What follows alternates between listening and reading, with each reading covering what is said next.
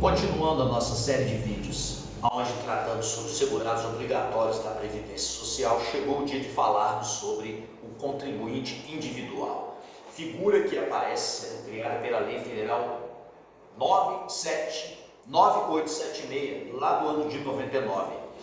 Essa lei ela juntou na mesma figura o empresário, o autônomo e as pessoas equiparadas a autônomas. Então ela mudou os dispositivos da Lei Federal 8213 e do Decreto 3041 de 99 para criar o contribuinte individual e acabou gerando uma ampla caracterização para esta figura. Quando eu quero dizer ampla caracterização, quer dizer o seguinte: muitos players, diferentes figuras do nosso mercado de trabalho vão estar sendo enquadradas como contribuintes individuais. Quer ver um exemplo? É contribuinte individual a pessoa física que explora atividade mineral, explora mineração, que a gente conhece essa pessoa, essa figura como garimpeiro. Então o garimpeiro ele é contribuinte individual, mas também o ministro de confissão religiosa. Então também é contribuinte individual, o pastor da sua igreja, o padre da sua igreja, o líder lá da sua religião. Essas figuras também, embora muito diferentes em termos laborais, em termos de trabalho, o trabalho do garimpo a gente sabe, tem aquela ideia, o ministro religioso é completamente diferente, mas para fins previdenciários eles estão dentro dessa figura, a figura muito diversa no alcance dos players no nosso mercado de trabalho. Quer ver um outro exemplo? O médico residente, ele também é contribuinte individual. E aí, as três figuras mais assim destacadas, empresário, trabalhador avulso e equiparados, empresários, trabalhador autônomo e equiparado autônomo, eles merecem algumas considerações. O empresário, o que temos a dizer sobre ele, que um empresário hoje, tão somente, ele é uma definição que mudou muito com a Lei Federal 10.406. Então, a partir da Lei 10.406 de 2002, o Código Civil de 2002, não basta só você dizer empresário. Por quê? O empresário individual é empresário. O empresário individual de responsabilidade limitada, que é o cara que cria uma empresa, esse cara cria uma empresa individual para ele, né? Então, esse cara é empresário, ele tem um CNPJ individual dele, ele é empresário. O MEI, microempreendedor individual, que tem um regime próprio de tributação e de recolhimento, né, inclusive previdenciário, agregado numa única alíquota, num único tributo, né, ele paga todas essas obrigações que ele tem, decorrente do trabalho dele, ele também é empresário. Então, a nomenclatura empresária, ela tem que ter esse alcance, esse entendimento hoje para a gente. Lembrando que existem peculiaridades aí nisso aí em termos previdenciários, não é? Por quê?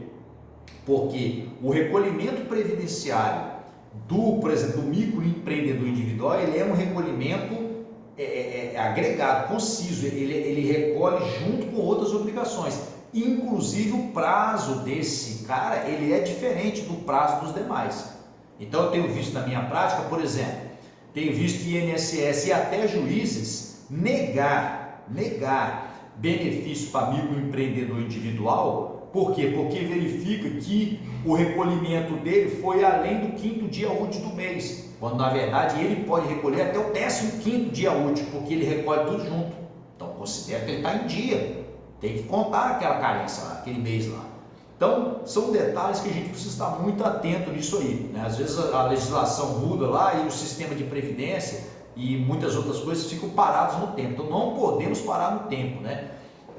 Mick Jagger dizia, né? Pedras que rolam não criam limo, né? Pedras que rolam não criam limo. Então a gente tem que estar ligado nesta questão.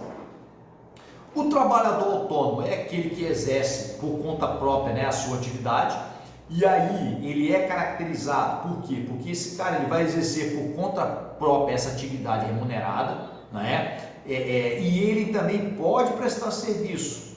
Ele pode prestar serviço. Mas ele presta serviço na natureza urbano-rural, ele presta eventualmente e ele não tem relação de emprego com essas empresas ou empregadores para quem ele trabalha.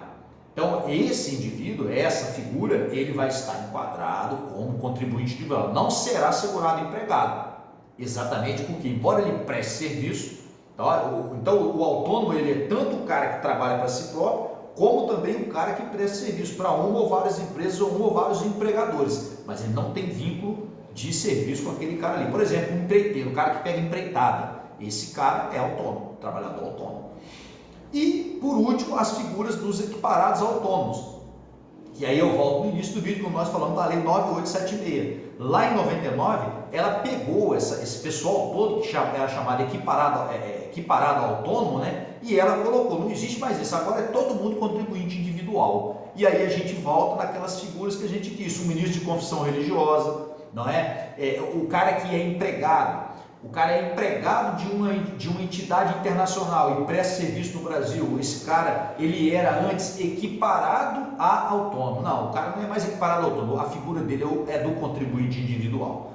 Então, esta figura veio com essa perspectiva, não é? Não temos muito o que falar sobre isso. A linha comum, a característica comum em todas essas figuras, né? Todos esses players, todas essas pessoas que estão no mercado de trabalho, é que ele não tem um patrão, ele não tem um vínculo empregatício, mas ele trabalha e muitos são guerreiros, né? Vai aqui a minha saudação a todos os contribuintes individuais, as pessoas que, né, lutam aí pelo seu sustento, inovadores, empreendedores, enfim, não é? Microempreendedores individuais. Então a linha comum, a característica comum é exatamente essa, eles não têm um vínculo empregatício, mas eles desenvolvem as suas atividades profissionais por conta própria.